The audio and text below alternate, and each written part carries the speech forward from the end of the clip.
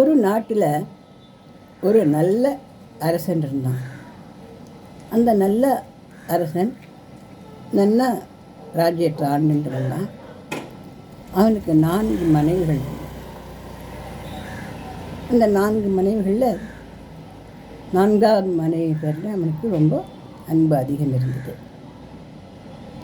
இப்படி இருக்கும்பொழுது திடீர்னு ஒரு நாள் கடவுள் அவன் முன்னாடி தோன்றி, அரசனே, இன்னும் 5 நாட்கள் தான் நீ உயிரோடு இருப்ப அப்படின்னு சொன்னார். உடனே அவன் விக்கி அழ ஆரம்பித்தான். கடவுளை, ஏன் அதை இன்னும் கொஞ்சம் நீண்ட நாட்களாக ஆக்க முடியாதா என்னோட ஆளை கேட்டான். நீ எதனா புண்ணியம் பண்ணியிருந்தியானா அந்த புண்ணியத்தினால கொஞ்சம் இதை எக்ஸ்டெண்ட் பண்ண முடியும், இரு பார்க்குறேன் அப்படின்னு அவன் பேரில் அன்பு கொண்ட கடவுள் அவனுடைய பாவ புண்ணியங்களை எடுத்து பார்த்தார். பார்த்த உடனே சொன்னார், நீ வேட்டையாடுறதுக்கு போகும்போது நீ தண்ணி எடுத்துன்னு போக ஒரு பெரிய பாட்டிலில். நீ வேட்டையாடுற அவசரத்தில் அந்த தண்ணி பாட்டிலை ஒரு மரத்துக்கடியில் வச்சுட்டு மறந்து போயிட்டு வந்துட்ட. அந்த பக்கத்தால் ஒரு கர்ப்பிணி பெண் வந்தா. அவள் ரொம்ப தாகத்தோடு இருந்தா. அவள் அந்த தண்ணியை குடித்து அவள் தன்னை ஆசுவாசப்படுத்தின்றா. அதனால் அவளும் அவளோட வயிற்றில் இருந்த அந்த குழந்தையும் நல்லா இருந்தது. அந்த புண்ணியவனை இன்னும் அதிக காலம் உயிரோடு இருக்கிறதுக்கு ஒரு சான்ஸ் கொடுக்கறது. ஆனால் ஒரு நிபந்தனை, நீ ஒரு 7 நாட்கள் இந்த அவங்ககிட்ட ஒரு சாவி தரேன், இதை எடுத்துன்னு போய் ஒரு ரூம் கதவை திறந்தேன்னா அங்கே நரகம் இருக்கும். அந்த நரகத்தில் ஒரு வாரம் நீ தங்கணும். உன் கூட எனக்கு பிரியமானவ யாராவது இருந்தால் அவளும் தங்கணும். அப்படி தங்கினா அந்த ஒரு வாரம் கழிச்சு உனக்கு நீண்ட 100 வருஷம் வரைக்கும் வாழ்கிற நல்ல ஒரு வாழ்க்கை உனக்கு நான் தரேன் சொல்லி மறைஞ்சு போயிட்டேன். அரசன் ஒன்றே தன் மேலே ரொம்ப பிரியமாக இருந்த 4ஆவது மனைவியை கூப்பிட்டான். அவள் ஓடி வந்தா. உனக்கு என் மேலே ரொம்ப ஆசை தானே கேட்டான். என்னங்க இப்படி கேட்டீங்க? நீ இன்று நான் இல்லை, நீங்கள் இல்லாமல் நான் இல்லை, என்ன நினச்சிட்டு நான் இப்படிலாம் பேசுகிறீங்க, என்னை பார்த்து நீ இப்படிலாம் பேசுகிறீங்க நான் அழ ஆரம்பித்தேன். இல்லடி கண்ணா, நான் ஒன்று கேட்பேன். கடவுள் என் முன்னாடி தோன்றினார். என் கூட நரகத்துக்கு வந்து ஒரு வாரம் நீ இருப்பியா? அப்படி இருந்தால் என்னோடய ஆள் 5 நாளில் முடிய போதான். அது வந்து 100 வருஷங்கள் ஆகணும். உனக்கு தானே சந்தோஷம் அப்படின்னு கேட்டான். அவர் பார்த்தா, இல்லைங்க, நான் உண்மையை சொல்கிறேன்னா உங்களுக்கு 4ஆவது மனைவி அமைஞ்சதுக்கு காரணமே உங்களுடைய பணமும் காசும் தான், மற்றபடி எதுவும் இல்லை. இதாங்க உண்மை. என்னால் உங்களால் நரகத்துக்கெல்லாம் வர முடியாதுன்னு எழுந்து போயிட்டா.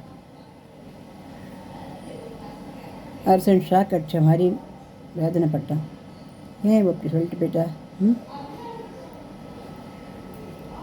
நம்ம போயிட்டா நம்மளுடைய 4 மனைவிகளும் ராஜ்யம் அல்லாடும் நினச்சிட்டா, இவ வந்து என்ன சொல்கிறா, அப்படிலாம் கூட வர முடியாது அப்படின்னு சொல்கிறா. என்ன அர்த்தம்?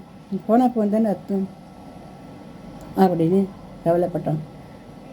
அப்போது கடவுள் சொன்னார், யாருடைய மரணமும் யாரையும் நிஜத்தில் அந்த ஒரு உலகத்தில் பாதிக்காது. இது ரொம்ப கஷ்டமான ஒரு உண்மை. காலங்கிற மருந்து வந்து அந்த மரணத்தோட வலியை குறைக்கும். அதனால் யாருடைய மரணமும் யாரையும் பாதிக்காது உண்மையில். அதனால் கொஞ்ச நாளைக்கு கழிவா அந்த வெற்றிடத்தை நினச்சி, அவ்வளோதான். இதுதான் உண்மை. இது ரொம்ப ரொம்ப துக்கத்தை கொடுத்தாலும் இதுதானே உண்மை. நம்ம உடல் நமக்கு சொந்தம், உயிர் நமக்கு சொந்தம் நம்ம நினைக்கிறோம் இல்லையா? நம்மளோட உடம்பு நமக்கு சொந்தம் கிடையாது, நம்ம உயிரும் நமக்கு சொந்தம் கிடையாது. அந்த உயிர் மேலே போத்தின்னு இருக்கிற போர்வு தான் நம்ம உடம்புங்கிறது. அந்த உடம்பை வச்சு அந்த மனசை வச்சு எவ்வளோ நல்ல காரியங்கள் செய்கிறோமோ, எவ்வளோ தான தர்மங்கள் செய்கிறோமோ, எவ்வளோ பேருக்கு நம்மளால் ஆன நன்மைகளை செய்யணுமோ, அதெல்லாம் தான் நமக்கு இறுதி காலத்தில் பின்னாடி வரும். மற்றபடி எதுவும் பின்னாடி வராது, எந்த மனுஷாலும் வர முடியாது அப்படின்னு சொன்னேன் கடவுள். சரின்னு அழுதுண்டே அவன் 3வது மனைவியை கூப்பிட்டான்.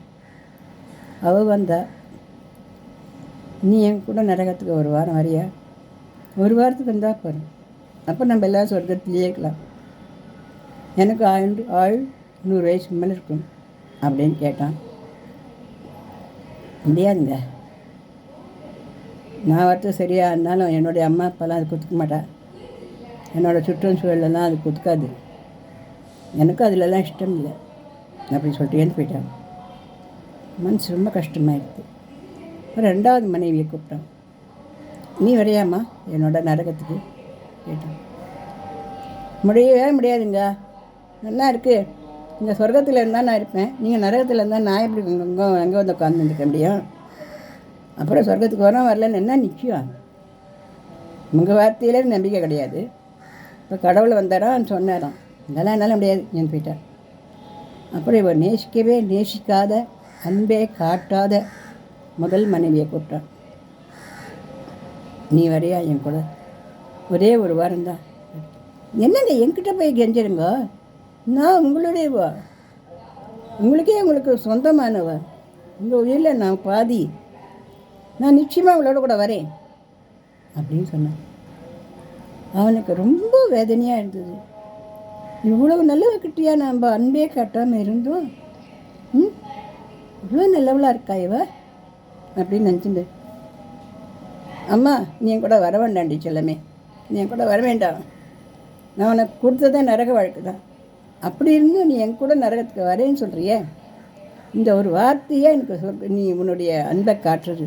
நான் அவளை அழுத்தி ஒரு முத்தமிட்டான். நீ போகலாம் நான் அனுப்பிச்சுட்டான். அவன் மனசாகாது என்று போயிட்டான். இப்போ இவன் யோஜனை பண்ணி பார்த்தான். இதில் 4 மனைகள் அப்படின்னு சொல்கிறதுல என்னென்னா, செல்வம், சுற்றம், அதுக்கப்புறம் புகழ், அதுக்கப்புறம் நம்மளுடைய மற்ற சலுகைகள், இதெல்லாம் இதுகள் எதுவுமே நம்மளோட கூட வரப்போகுதுன்றது நிச்சயமே இல்லை. நாம் பண்ணுற தானமோ தர்மமோ நல்ல கர்மங்களோ நல்ல வினைகளோ நன்மைகளோ அது மட்டும்தான் நம்ம போகும்போது நம்மளோட வரப்போகிறது. நம்ம உடம்பில் இருக்கிற இந்த உயிரோ இந்த உடலோ நமக்கு சொந்தமானதே இல்லை.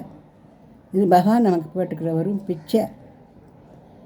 இந்த உடல்லேருந்து உயிர் போயிடுச்சுன்னா அது வெறும் பணம், அதுக்கு எந்த விதமான மதிப்பும் இல்லை. அந்த உயிருக்கு என்றைக்குமே அழிவில்லை, அது இறைவனுக்கிட்ட தான் இருக்க போகிறது. அதனால் இந்த உண்மையை தெரிஞ்சுட்டா நம்ம இந்த உடலோடையும் உயிரோடையும் இருக்கும் பொழுது சிறப்பான முறையில் தானம் தர்மம் 4 பேருக்கு நல்லது இவைகளை செஞ்சு நம்ம சந்தோஷமாக நம்ம வாழணும். அப்படி வாழ்கிற வாழ்க்கை தான் வாழ்க்கையை தவிர பணத்து பின்னாடியே ஓடுறதோ புகழுக்கு பின்னாடியே ஓடுறதோ இல்லை கோவத்து பின்னாடியே ஓடுறதோ அல்லது ஒன்றுமில்லாத்துக்கெல்லாம் சண்டையை போட்டுன்னு கூசலை போட்டுன்னு அமக்கலத்தை பண்ணிட்டு தற்கொலை பண்ணிட்டு ஓடிட்டு போயிடுறதோ இல்லை விவாகரத்து பண்ணிட்டு போகிறதோ இது வாழ்க்கைன்றதே இல்லை. இந்த உண்மையை நம்ம தெரிஞ்சுட்டோம் அப்படின்னா நம்ம இந்த உலக வாழ்க்கையில் ரொம்ப நிம்மதியோடையும் ரொம்ப திருப்தியோடையும் வாழ்வோம். நம்மளால் நல்ல தானம் தர்மம் பண்ணுவோம், 4 பேருக்கு நம்ம நன்மை செய்வோம். இந்த உடலும் நம்மளதில்லை, இந்த உயிரும் நம்மளதில்லை. இந்த உண்மையை நம்ம தெரிஞ்சுக்கணும். இந்த உடலும் உயிரும் ஒட்டின்னு இருக்கிறது என்னத்துக்கு தெரியுமா? இந்த உலகத்தில் தான தர்மங்கள் பண்ணணும், நல்ல காரியங்கள் பண்ணணும், நன்மைகளை செய்யணும், அதன் மூலமாக புண்ணியங்களை பெறணும். அந்த புண்ணியங்கள் மட்டும்தான் நம்ம இறந்து போகும்பொழுது நம்ம கூடவே வரும். அதனால் நம்ம நல்ல தான தர்மங்களை பண்ணி நல்ல எண்ணங்களை வளர்த்துண்டு நமக்கு கொடுத்துருக்கிற இந்த சாய்ஸ், ஒரே ஒரு சாய்ஸ் இந்த மனுஷ வாழ்க்கை, இது நமக்கு திரும்பியும் கிடைக்காது. அடுத்த பிறப்பில் நம்ம எப்படி பார்ப்போமோ, நாயோ பூனியோ ஆடோ பன்னியோ மாடோ யானையோ பாம்போ புலியோ தேளோ புறானோ நமக்கு தெரியாது. மனுஷ வாழ்க்கை அப்படிங்கிறது தான் தர்மம் செய்யறதுக்கும் கடவுளை வணங்கிறதுக்கும் கொடுத்துருக்கிற ஒரு அபூர்வமான ஒரு பிறவி. நம்மளுடைய பிறவிங்கிறது தெரிஞ்சுன்னு நம்ம வாழ்ந்தோம்னா நம்ம ரொம்ப சந்தோஷமாக வாழலாம் அப்படிங்கிறது அந்த அரசன் தெரிஞ்சுட்டான். அப்போ கடவுள் வந்து, இன்னும் ரொம்ப தெளிவாக இருக்கியே கேட்டு, ஆமாம், நான் நினச்சிட்டு இருந்ததெல்லாம் சாதாரணமாக நான் நினச்சிருந்தது எல்லாமே தவறுங்கிறத நான் நல்லா தெரிஞ்சுன்னுட்டேன். உண்மையான அன்பும் உண்மையான பாசமும் உண்மையான தான தர்மமும் உண்மையான சந்தோஷங்களும் தான் வாழ்க்கை அப்படிங்கிறத நான் புரிஞ்சுக்கிட்டேன். எனக்கு நீங்கள் எப்போ என்னை கூப்பிட்டாலும் நான் வர ரெடியாக இருக்கேன். ஏன்னா எனக்கு நான் நினச்சிட்டு எல்லாமே தவறுங்கிறது புரிஞ்சு போச்சு, எது உண்மைங்கிறது எனக்கு தெரிஞ்சு போச்சு அப்படின்றதாங்க தெளிவாக ஆயிட்டாள். இந்த கதையிலேருந்து நம்ம என்ன தெரிஞ்சுக்கலாம் அப்படின்னா, வாழ்க்கை அப்படிங்கிறது வந்து நமக்கு கொடுத்துருக்கிற ஒரு சாய்ஸ், நமக்கு கொடுத்துருக்கிற ஒரு சந்தர்ப்பம். இந்த வாழ்க்கையை நம்ம சந்தோஷமாக வாழணும். வாழ ஒரு நொடியும், வாழ ஒரு நிமிஷமும், வாழ ஒரு நாட்களும் நம்ம மகிழ்ச்சியாக வாழணும். ஏன்னா இது எப்போ போகுமோ, உடலை விட்டு உயிர் எப்போ போகுமோ யாருக்குமே தெரியாது அந்த விஷயம். இன்றைக்கி இருக்கிறவளை நாளைக்கு இல்லை, கசப்பான ஒரு உண்மை. இருக்கும்போது எவ்வளோ சந்தோஷமாக இருக்குமோ, இருக்கும்போது 4 பேருக்கு என்ன நல்லது பண்ணுறோமோ, இருக்கும்போது எவ்வளோ தான தர்மம் பண்ணுறோமோ, அதுதான் நமக்கு சொர்க்கம். அதுதான் நமக்கு கூட வரக்கூடிய புண்ணியங்கள். இந்த கதை பிடிச்சிருந்தா லைக் பண்ணுங்க, ஷேர் பண்ணுங்க, சப்ஸ்கிரைப் பண்ணுங்க. நிறைய சப்ஸ்கிரிப்ஷன் கொடுங்கப்பா. தேங்க்யூ, நன்றி.